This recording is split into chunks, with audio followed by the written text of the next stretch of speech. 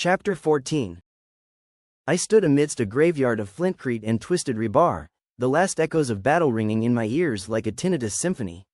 The bank, once a monolith of financial power, now resembled the chewed-up remains of a cookie left too long at a toddler's tea party.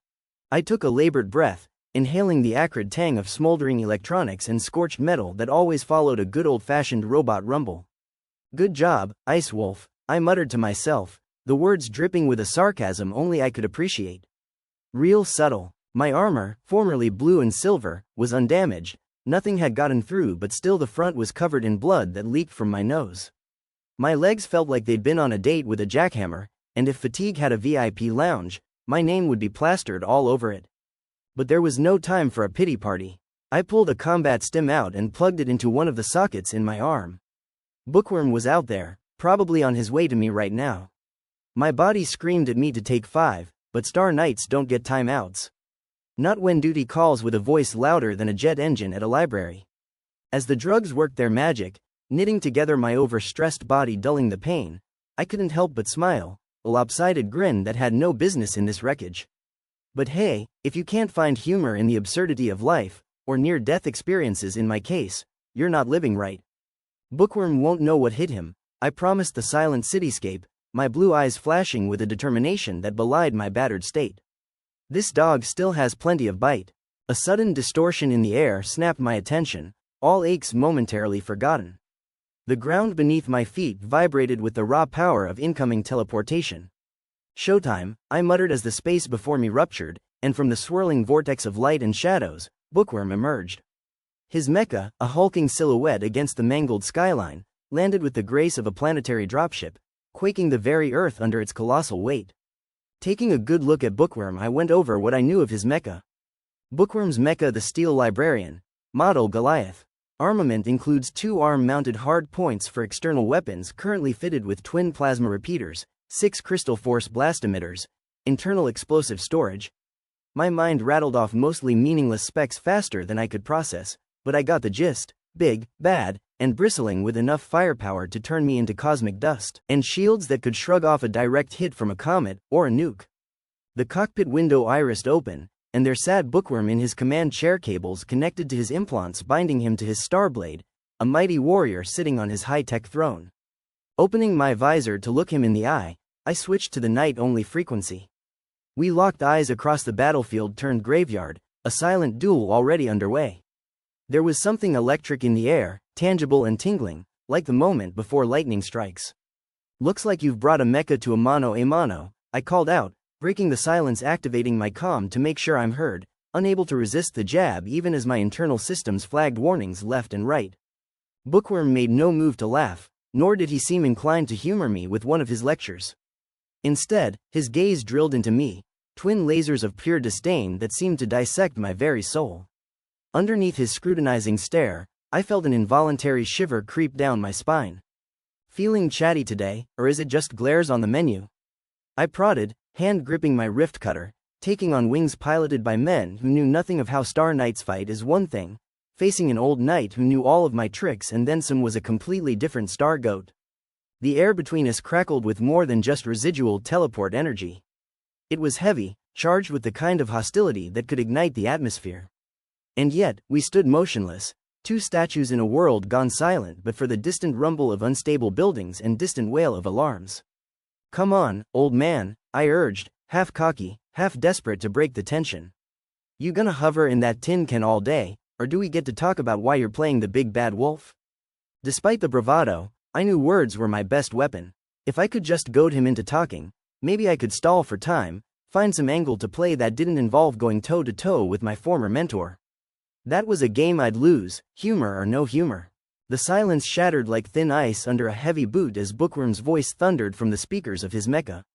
"Ice Wolf," he spat, the name tasting like poison on his tongue, "you've let that pretty girl cloud your judgment, compromise your duty as a Star Knight." "Pretty girl?" I shot back, my laugh sharp as shattered glass.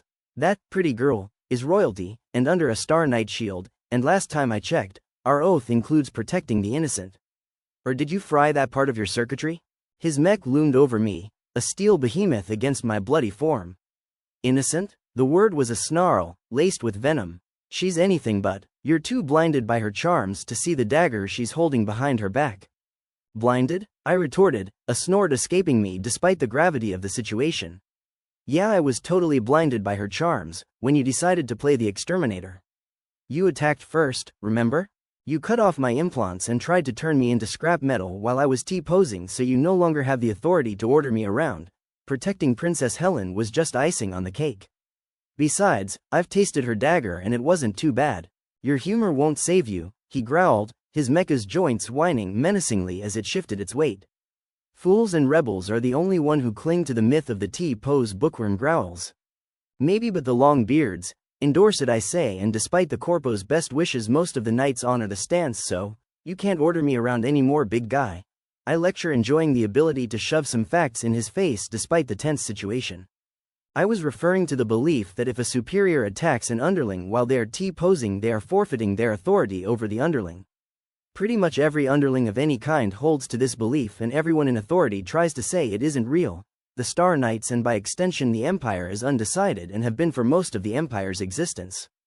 Enough. Bookworm cut me off, the sound vibrating in my chest like the thrum of engines. You have no idea the stakes at play here. No idea what that woman is capable of. Of course not. There are consequences to the policy of shoot first and ask questions later. My tone was light, but inside, gears were turning, pieces sliding into place. This was about more than just a fight, this was personal. And I needed to find out why. Your loyalty is misplaced, he insisted, the mech's arm raising in a threatening gesture that would have made a lesser man quail. Or maybe yours is, I countered. Ever think of that? Never. I serve humanity first and the Empire second. What of you? His conviction was a titanium wall, unyielding. I serve our Lord and Savior Raptor Jesus. I replied in a mocking tone, mimicking the way that the truly faithful would spout their allegiances. Yeah, I followed Raptor Jesus, but I wasn't really one of the hardcore faithful. My stance was resolute, even as the world spun around us, the future uncertain, but for the resolve hardening like steel in my veins. Whatever game Bookworm was playing, I wasn't about to let him win. Not at Helen's expense, not at anyone's. Your misplaced chivalry is going to be the death of you, Ice Wolf, Bookworm snarled, his voice crackling through the mech's external speakers like a whip of static. Death and I have an understanding, we're on a first-name basis, I shot back. The debris around my feet crunched sharply, a stark reminder of my recent dance of destruction. Understand this, your little damsel is playing you for a fool. Her hands are far from clean in this cesspool of politics. Bookworm growled, pretty rich coming from a guy who tried to redecorate the city with my innards. I spat out the blood from my nose that was leaking into my mouth, feeling the coppery taste that always reminded me of pine needles mixed with adrenaline. You got proof of Helen's so-called evil, or is that just the rust talking? Proof? He laughed, but there was no humor in it, only a cold edge. Her lineage alone is proof enough. The Blackstar family has been poisoning the well of peace for generations. Poisoning? Helen? I balked at the accusation. She's been fighting you, that's it, not against the Empire. Me? Bookworm's voice scaled up in fury. Is that what she told you? She's a rebel, Ice Wolf. A conniving rebel, plotting against the very fabric of our society. Sounds to me like someone's been sipping too much engine coolant. You've got a grudge the size of a comet, and it's clouding your judgment. I shot back, but inside I started to question how well I really know her.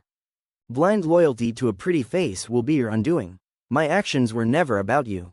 It's her, the princess, the puppeteer behind the chaos, and her father that I've dealt with. And I will not allow her machinations to go unchecked. Bookworm ground out. Sure, and I'm the king of the asteroid belt, I said with a scoff. Face it, Bookworm, you're obsessed. You're letting an old vendetta warp your entire worldview. Obsession is a tool, wielded properly by those who see the truth. Helen Blackstar is a threat, and if you can't see that, then you stand against the Order of Star Knights as much as she does.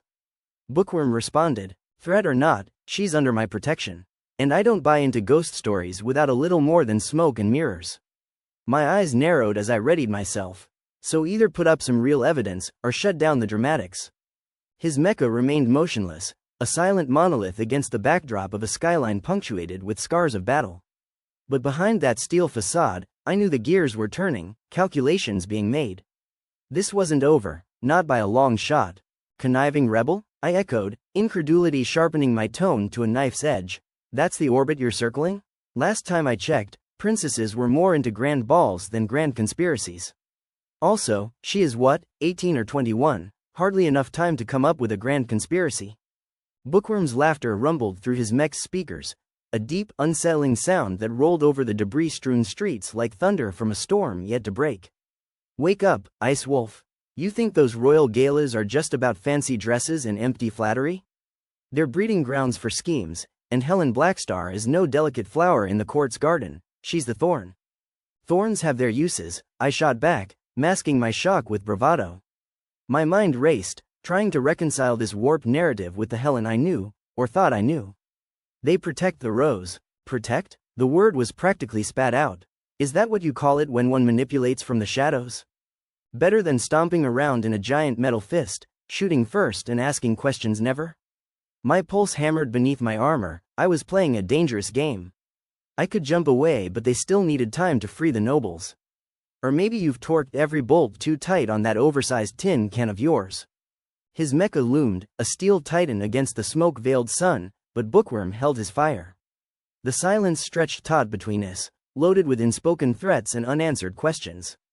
Your humor won't defuse this bomb, pup, he growled. Each word was a verbal missile, locked and ready to launch. When you see the ruin she brings, remember this moment, when you could have been on the right side of history. History's funny that way, always written by the victors, I countered, undeterred. And I don't plan on being a footnote in your tragic tale. Then you choose to stand with her, even knowing what she is? Knowing what you claim she is, I corrected sharply. I deal in facts, not fairy tales. And unless you've got some solid intel hidden in that cockpit, I'm sticking with the devil I know. Blindness suits you then, Bookworm retorted, his voice dripping with disdain. But be warned, Ice Wolf. When everything falls apart and you stand there with her dagger in your back, don't expect me to pull you from the wreckage. As Raptor Jesus says, only eat those who have betrayed you, not those that might, because that's everyone, I quipped, though my heart wasn't in it. Doubt gnawed at the edges of my confidence, an unwelcome guest at this standoff banquet. Laugh while you can, he said, his tone as cold and unforgiving as deep space. The endgame approaches, and you're playing checkers in a chess world. Checkmate's only a move away, I replied, my fingers tightening on the hilt of my rift cutter. I wished I could just rift jump up to him and finish it with a single slash. But there was a lag between when I rift jumped and when I reappeared. Against someone like the Royal Guards it didn't make that much difference, but against another Star Knight it was enough time to enact a counter.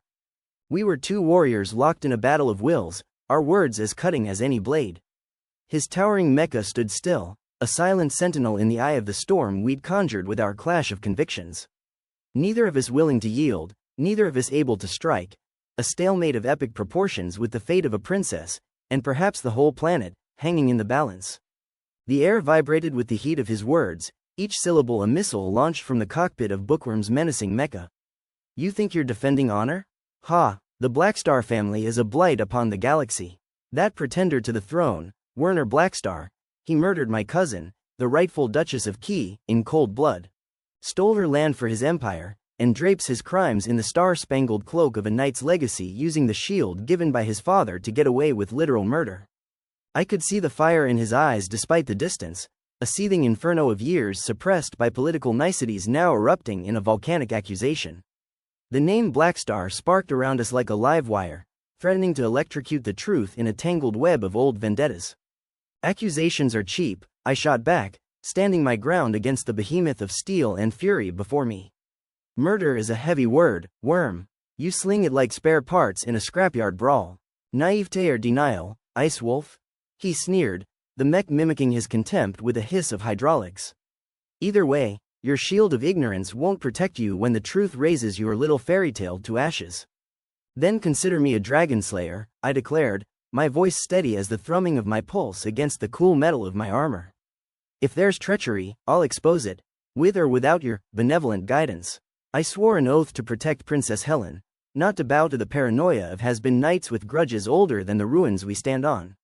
Your loyalty is misplaced, pup. His exclamation echoed off the shattered skyline, reverberating like a war drum. And it will be your undoing. Better undone than underfoot, Bookworm. My stance was set, my resolve crystallizing like ice in zero gravity. You come for her, you come through me. And believe me, I'm no easy passage. And should you turn out to be right then? I pause for effect. I'll end her myself. But until then you're my enemy. I'm going to replace the beacon and bring this madness to an end by bringing in the other knights. His giant mecha loomed over me, yet I felt a towering strength within that no machine could match. This was more than about who stood taller, it was about what we stood for. And I'd stand until the stars blinked out if that's what it took to keep Helen safe and bring the light of truth to shadows of doubt. Prepare yourself, then, he warned, a bitter edge and strangely tiredness sharpening his words. Rebuild your beacon, we will settle this in space, pray I don't catch you or your princess before then. I know you're just waiting for me to shoot at you before you jump away, but I'm not going to waste the ammo. I stood there staring at Bookworm, so many things were not adding up. I wished I could just ask him what he really meant. I wished I could just follow his lead. I was a terror in a fight, but I had only a little over a year of real memories. How could I be sure I was doing the right thing? I was sure about Jade, but was I sure about Helen? Fine, I called out one last time. I'll ring you up when I'm about to place the beacon. You can mentor me about how to properly place it. With a jaunty salute I riffed jump away.